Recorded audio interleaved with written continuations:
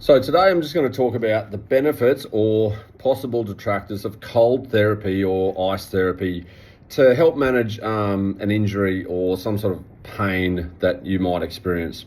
So I get asked about this a lot, and there's a lot of evidence online and a lot of evidence that has been talked about. So I'm going to try and summarize it in a few, in three top ways and three detractors. So evidence-based benefits of ice or cold therapy. So there is evidence to say that it does give short-term pain reduction.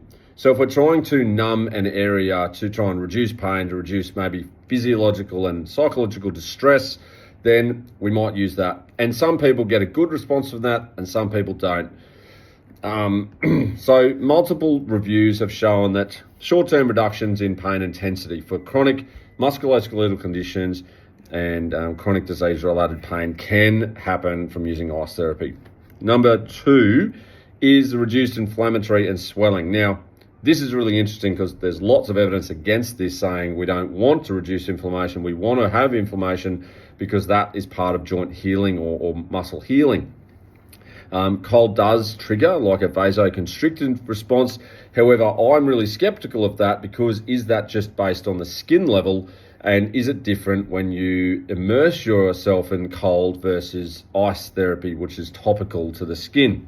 And there's some evidence that says yes and no about the differences there. It reduces metabolic activity, which again, some people say is not a good thing, and it reduces that inflammatory response.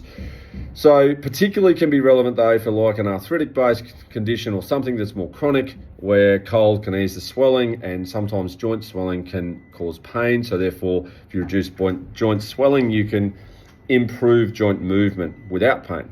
Then improvements in stiffness, range of motion, function in some chronic musculoskeletal conditions. So there's some evidence that like cold air cryotherapy programs have shown measurable improvements, but cold air cryotherapy is very expensive. So then you've got to weigh up, does it work for you as an individual? So I would say that if you look at those as the top three, some people will get absolutely no perceived benefit out of using ice whatsoever. And if you don't feel it helping you, then I would say don't do it.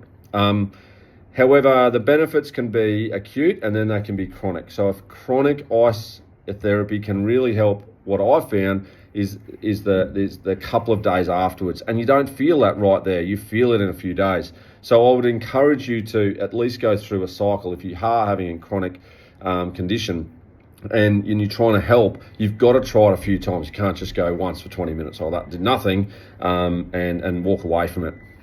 So what are the limitations? So the benefits are often small and may not reach like any clinical relevance, which I've just sort of spoken about in the looking at benefit of that.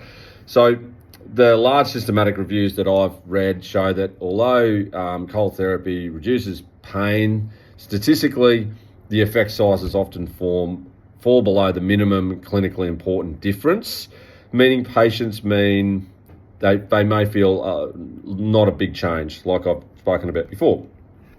The evidence is inconsistent, it's low certainty, lacks standardization. That is a definite thing, and that's why I may be a little bit skeptical about that, about using ice therapy on an ongoing basis. However, I have done it with some people, and it is a really good response that they get. Some others, they haven't had a response, so we don't persist.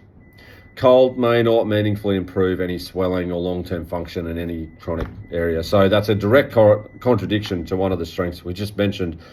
So if that confuses you, that's great, because lots and lots of us in this world of performance, we get confused about these sort of things as well, because some people it works for and some people it doesn't. In terms of should you try it? Well, if you won't know if you get a benefit unless you don't try it. So I would encourage you to, if someone recommends it, definitely try it.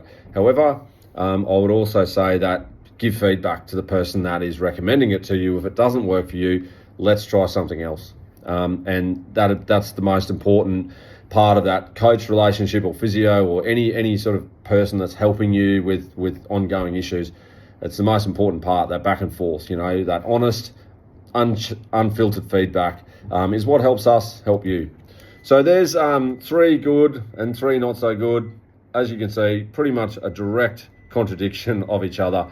And if you've got any questions, please feel free to reach out and let us be somewhat confused together about whether to use ice therapy or not to use ice therapy.